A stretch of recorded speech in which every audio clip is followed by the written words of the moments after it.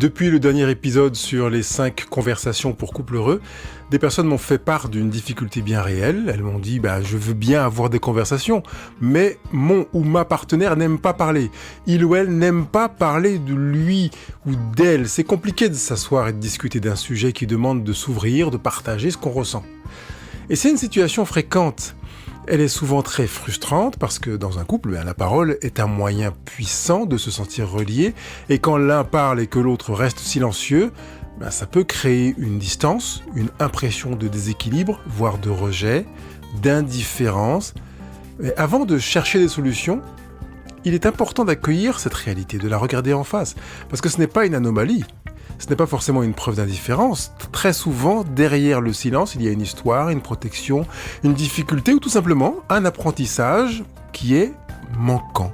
Dans cet épisode, on va explorer 3 axes. D'abord, comprendre pourquoi certaines personnes n'aiment pas ou n'arrivent pas à parler d'elles. Ensuite, voir comment créer des conditions favorables à la parole. Alors, on va chercher à ouvrir des brèches dans le silence, sans forcer, bien évidemment. Puis, on va aborder ce que tu peux faire si tu es avec quelqu'un qui ne parle pas, et enfin, ce que tu peux faire si c'est toi, justement, qui a du mal à parler. On se lance.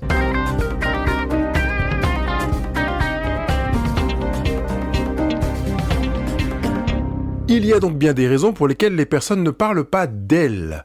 La première raison, c'est qu'elles n'ont tout simplement pas appris à le faire. Parler de soi, c'est une compétence. Comme toute compétence, elle s'apprend. Ce n'est pas naturel pour tout le monde. Et c'est bien là le problème quand on est dans une relation dans laquelle on a pris, nous, l'habitude de parler de soi et qu'on est avec un partenaire qui ne parle pas facilement, qui est économe en parole. C'est pas forcément facile. Ça n'a rien de naturel. Si enfant, on a entendu « tais-toi, ne fais pas d'histoire, garde ça pour toi », on n'a pas appris à nommer ce qu'on ressent.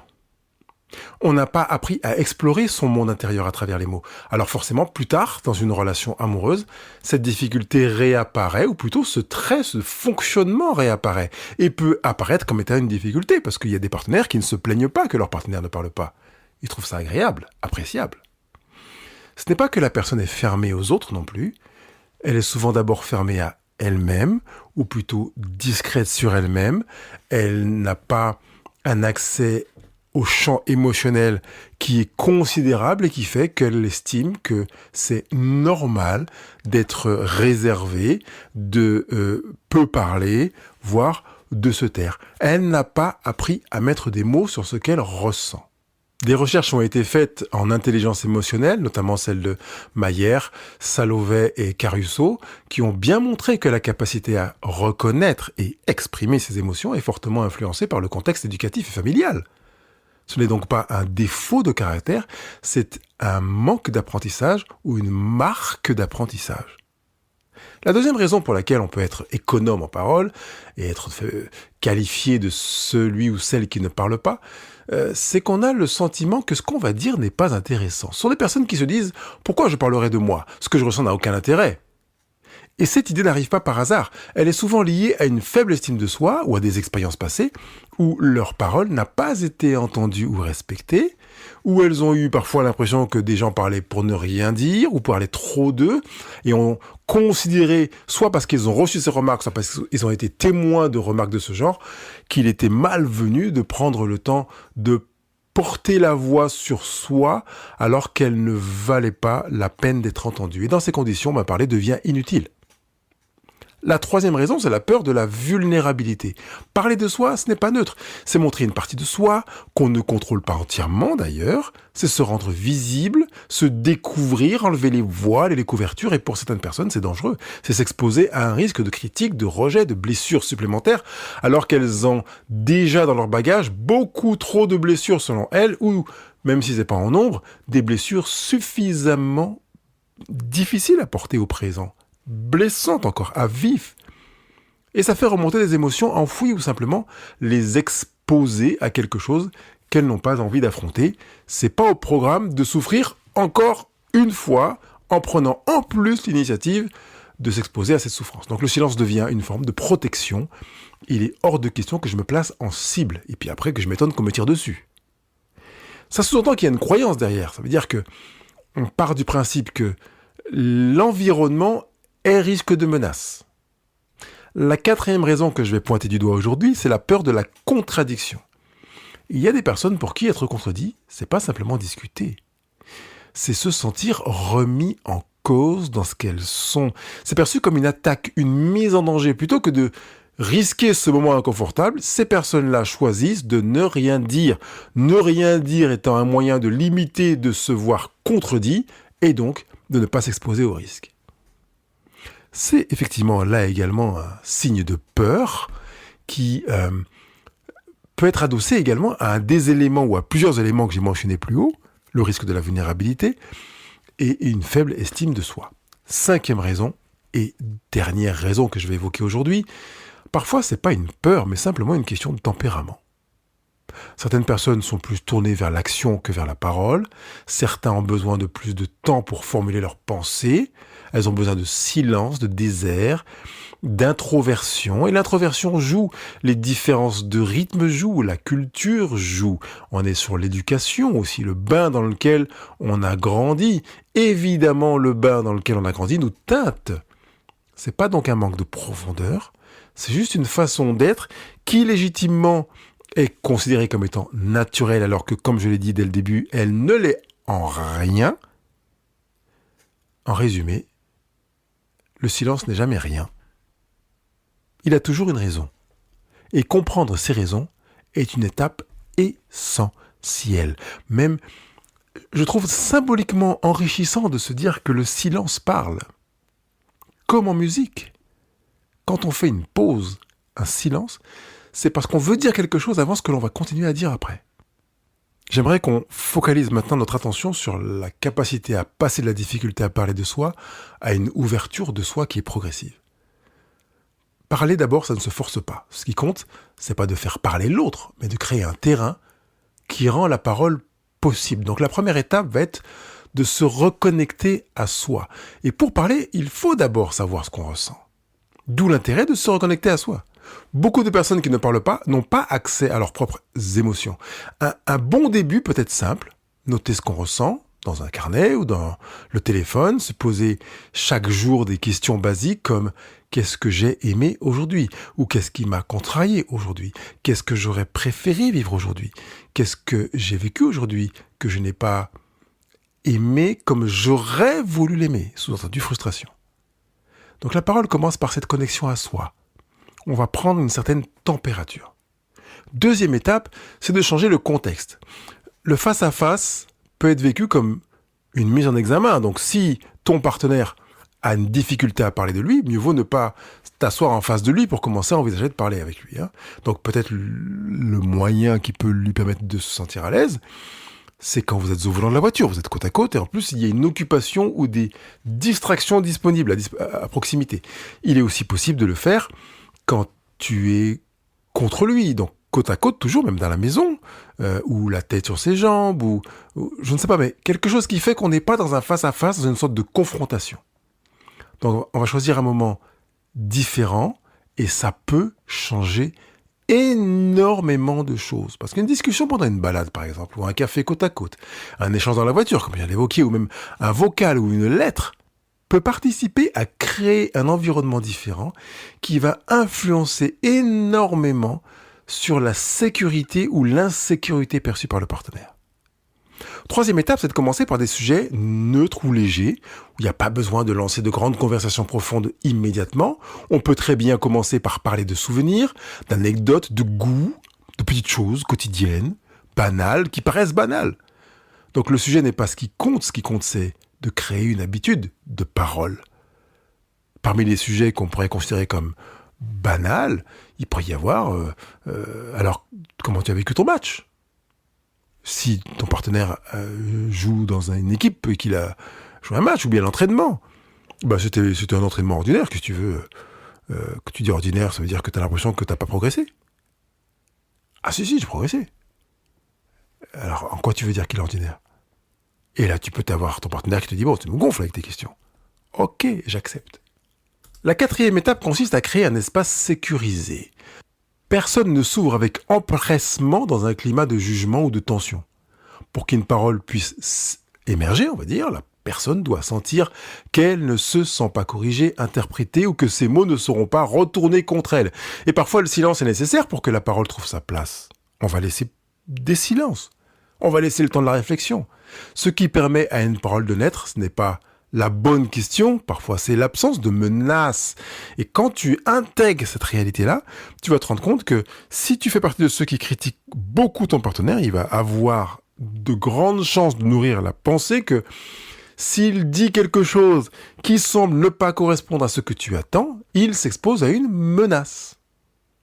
Il y a de grandes chances pour qu'il se taise, pour qu'il soit plus économe sur ses ressentis et qu'il n'ose pas entrer dans ce risque de la vulnérabilité. La 5e étape, c'est de ritualiser des moments de parole. Donc plutôt que d'attendre que des conversations profondes arrivent toutes seules, on peut créer 2 petites habitudes. Une question par semaine. Un moment calme pour échanger ce qu'on a vécu, tranquille avec un café, un thé, les pieds qui s'entrecroisent l'un sur l'autre, ou la tête bêche, comme on veut. L'idée, c'est d'ancrer une régularité, de faire de la parole une habitude normale, sans pression.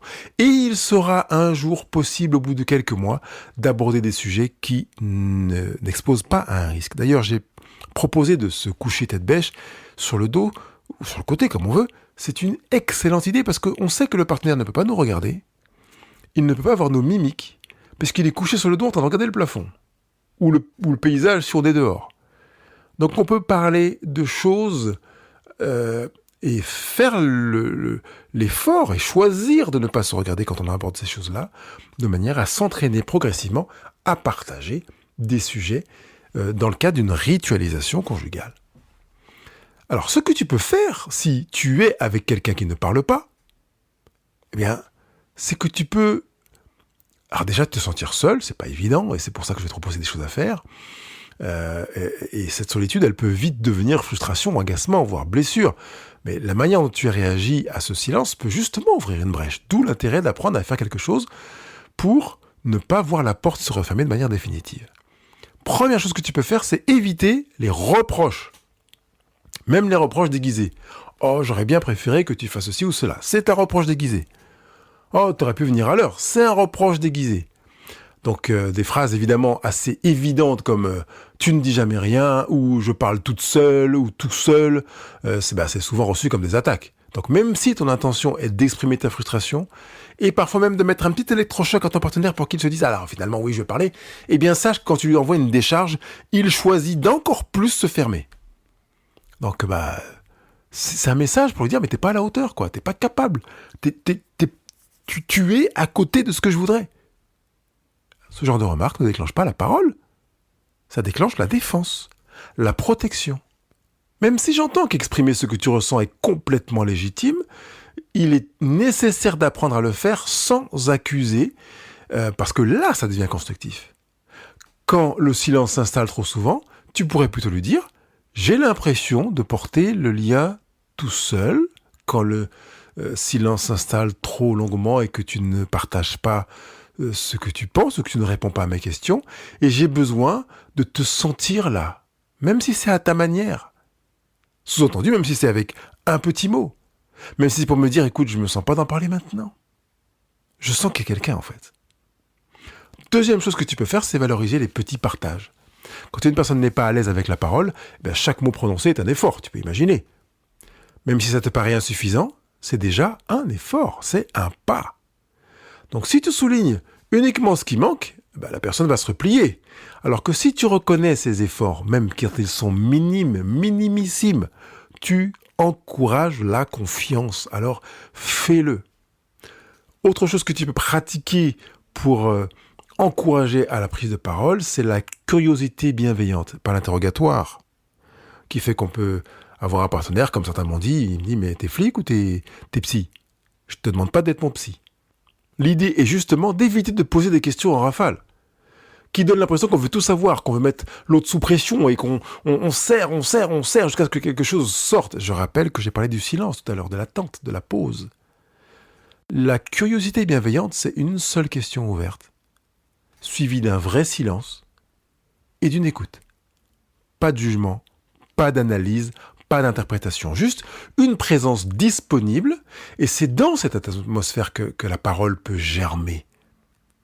Je fais exprès d'employer ce terme germer, parce que tu imagines que on ne peut pas demander à une graine de germer plus vite parce qu'on est pressé.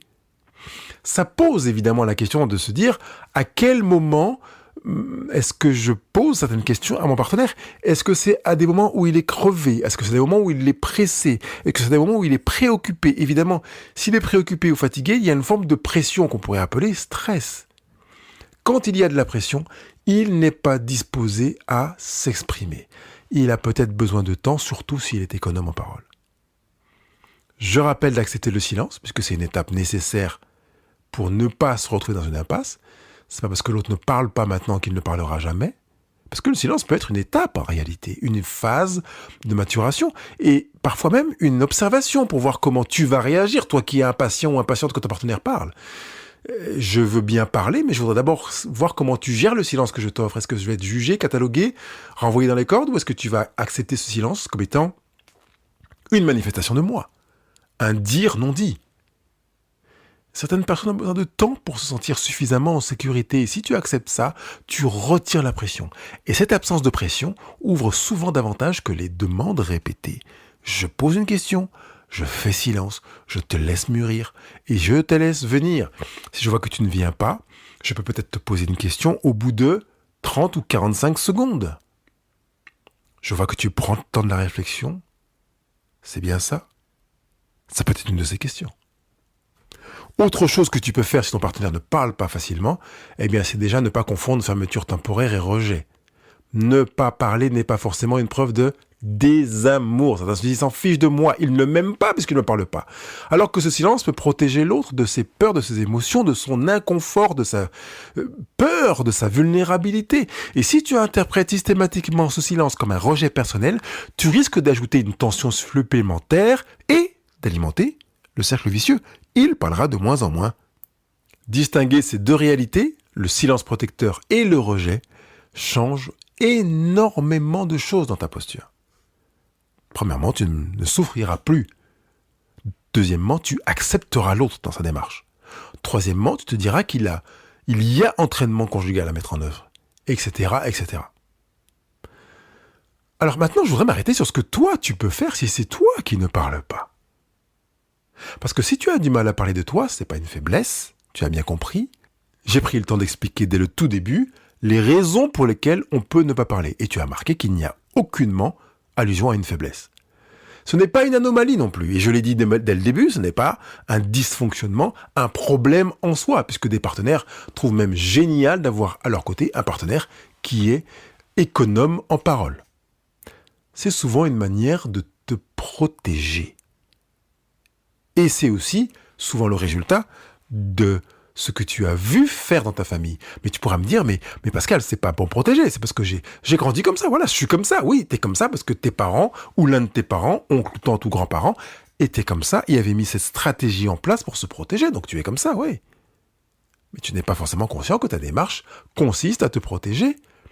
Par conséquent, tu as veillé à avoir les poches vides de vocabulaire émotionnel pour ne pas avoir à te retrouver quand tu mets la main dans la poche avec une émotion à tirer et à nommer. Ton point de vue compte, c'est important que tu l'entendes, c'est ok. Mais ce qui compte aussi, c'est ton ressenti. Comme ce que tu ressens peut être important de monter à ta connaissance, comme à la connaissance de ton partenaire. Ce que tu portes à l'intérieur de toi a une valeur énorme, même si tu as du mal à le formuler, ça reste quelque chose de valeur, parce que les émotions ont un rôle colossal sur lequel je ne m'arrêterai pas maintenant, mais un rôle énorme, dont tu te prives peut-être, si tu ne prends pas le temps de les fréquenter ou de les laisser te fréquenter. Tu peux, si tu as une difficulté à t'exprimer, faire plusieurs choses. J'en ai noté 2, 3, 4, 5. La première, c'est d'accepter ton rythme. Tu n'as pas à parler comme ton ou ta partenaire, tu n'as pas à parler aussi vite que ton partenaire, tu n'as pas à avoir l'aisance verbale de ton partenaire, à avoir les tons de voix de ton partenaire. Tu peux avancer avec toi, comme tu es. avec ta manière de formuler tes phrases, des choix de tes mots, de tes idées, avec tes forces et tes limites linguistiques, on s'en fiche. L'important, c'est que dès que tu commences à ouvrir la bouche pour partager quelque chose avec ton partenaire, tu acceptes ton rythme en te disant « je vais à mon rythme ». Et ça, c'est déjà du mouvement. On n'a pas besoin d'être forcément, je sais pas si tu fais de la musique, mais à 120 bits par minute. Pas besoin, non? Tu peux être à 30, à 20, pas de problème. Il y a des morceaux qui sont très lents comme ça. Prendre le temps de t'écouter, c'est la deuxième chose. Si tu parles avec difficulté, c'est peut-être parce que tu ne t'es pas encore vraiment autorisé à t'écouter. Et ce temps d'écoute intérieure, c'est une étape importante pour toi. Écrire, marcher, réfléchir en silence peut t'aider à clarifier ce que tu veux dire. Prendre le temps d'écrire quotidiennement sur ton cahier de vie. Voilà ce que je ressens aujourd'hui. Voilà ce que je veux vivre aujourd'hui. Les expériences que je veux faire dans ma journée sont. Et que tu puisses ainsi commencer à fréquenter la forêt des émotions qui est juste là en toi et que tu fréquentes très peu parce que tu as l'impression que tu vas t'y perdre, qu'il y a peut-être des dangers, qu'il y a des embrouilles et des voies glissantes parce qu'il y a dans ton background, dans ton histoire personnelle, familiale et ancestrale, cette croyance qui peut être tout simplement corrigée. Tu peux aussi choisir de changer de terrain, troisième chose. Parce que si le face-à-face est trop inconfortable, comme je l'ai évoqué tout à l'heure, tu peux commencer sans être en face-à-face. J'ai proposé tête beige, par exemple. Tu peux commencer avec un message écrit, une lettre, une note vocale. C'est facile aujourd'hui sur WhatsApp ou sur un smartphone. Il n'y a pas qu'une seule bonne manière de parler. L'important, c'est que tu trouves la tienne, que tu crées la tienne. Parce qu'elle n'existe peut-être pas. Peut-être que tu peux dire à ton partenaire, quand tu me poses une question, j'aimerais carrément que je te dise quand est-ce que je me sens prêt à répondre. Donc quand ton partenaire te dit j'ai l'impression que tu te sens pas bien dans ton travail en ce moment, est-ce que je me trompe? Tu peux laisser un silence. Tu peux aussi choisir de faire un signe à ton partenaire sur lequel vous serez mis d'accord pour qu'il comprenne que tu ne te sens pas encore en mesure de répondre à la question. Il est possible que tu passes par, comme je l'ai évoqué tout à l'heure, l'écriture, la promenade, la marche, la méditation, la réflexion, avant de répondre à la question. Donc il est possible que tu lui répondes en différé. Quelques minutes, quelques heures. Après, prends ton rythme, mais communique. C'est pourquoi ça, je parlais d'un code que tu peux décider de mettre en place avec ton partenaire pour qu'il comprenne. Quatrième chose, ne pas chercher à être parfait. Tu n'as pas besoin de chercher à être parfait. Tu n'as pas besoin de phrases bien construites, tu n'as pas besoin d'émotions parfaitement formulées pour avoir le droit de t'exprimer. Tu peux parler de ce qui vient comme ça vient. C'est pas un discours. C'est pas un concours oral, c'est un partage de toi, un bout de toi. Et même parfois dans des je ne sais pas, je cherche, j'hésite, peut-être que c'est ça, laisse-moi un instant, ou non, peut-être que je sais pas trop, est-ce que c'est un mélange de tristesse, de déception, je ne sais pas, peut-être de colère un peu. Je veux bien y réfléchir et je te dirai un peu plus tard. Encore une fois, j'ai utilisé le phénomène de différer, qui consiste à différer de manière à ce que tu puisses t'autoriser, si c'est toi qui as de la peine à t'exprimer, à utiliser cet outil qui consiste à différer. Cinquième chose que tu peux faire, si c'est toi qui as de la difficulté à parler, eh bien, c'est d'accepter l'inconfort. Si tu ressens de la gêne, de la peur, ça ne veut pas dire que tu fais mal les choses. Ça veut simplement dire que tu es en train de franchir une étape dans laquelle tu étais dans une sorte de confort. Il va de soi que comme tu vas dans une direction qui est considérée comme étant pas normale, pas habituelle, eh bien, il y a une phase d'inconfort. Tu seras un peu maladroit, un peu fragile, un peu pas à l'aise, comme on dit, pas naturel. C'est tout à fait normal puisque tu n'as pas pris l'habitude de faire ça. C'est souvent là que les vraies conversations d'ailleurs prennent naissance. Dans ce manque d'habitude, dans cette capacité à être en connexion avec soi avec plus de lenteur, comme dans une méditation, comme dans un travail d'écriture de soi. Parce que quand on a le flow très rapide, il est possible que on aille à droite puis à gauche, puis qu'on revienne en chemin, puis on consomme beaucoup de carburant parfois pour dire peu de choses. Il peut y avoir cette qualité à reconnaître dans les personnes qui sont économes en parole, c'est que elles parlent moins, Et elles peuvent parler plus juste, plus vrai. Parce que parler de soi n'est pas une performance. C'est une façon de se donner l'autorisation d'exister dans la relation. Être auteur dans la relation. Co-écrire la relation.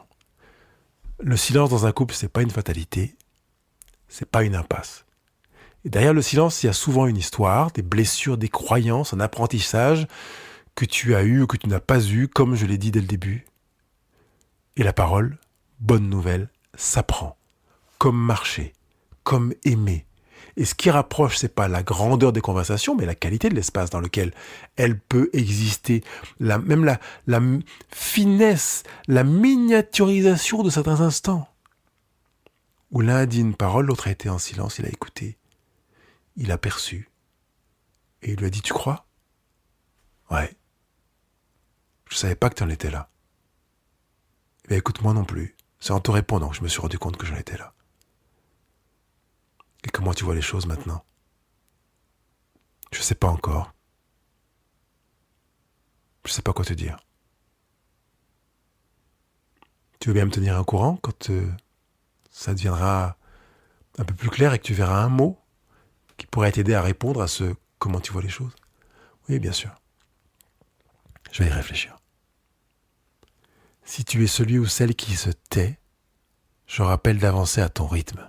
Tu as vu que dans l'illustration que je viens de donner, il y a des pauses, des silences, des hésitations, des doutes. La parole finit par venir quand on la rend possible. J'aimerais que tu sois dans cette dynamique-là, dans cette prise de conscience-là. Je vais participer, moi, en tant que partenaire, en couple avec quelqu'un qui est économe en parole, à rendre la parole possible. Et je vais, moi qui suis économe en parole dans un couple, je vais rendre la parole possible avec les 5 outils que je viens de découvrir aujourd'hui. C'est une excellente expérience que je vous souhaite à tous les deux, à l'un et à l'autre, à celui qui a de la peine à parler, comme à celui qui a de l'aisance à parler, que de se retrouver à accompagner quelqu'un qui a de la peine à parler ou à prendre le temps finalement de participer aussi à éduquer la personne qui a l'aisance à parler, à l'éduquer à accepter le silence, à accepter le temps, à accepter l'inconfort, à accepter l'économie linguistique, verbale, vocabulaire, etc. Il y a 2 personnes qui peuvent grandir. Celui qui a beaucoup à parler, celui qui a de la peine à parler. Les 2 peuvent être dans cette rencontre. Et je suis ravi de terminer cet audio quand démarrer une conversation devient difficile, parce qu'en réalité, c'est une difficulté à partager. Ce n'est pas un des 2 qui a un problème ou une difficulté. Ça devient une opportunité conjugale pour se créer, pour se construire, pour se rencontrer, se connecter et rendre possible ce qui antérieurement ne l'était pas.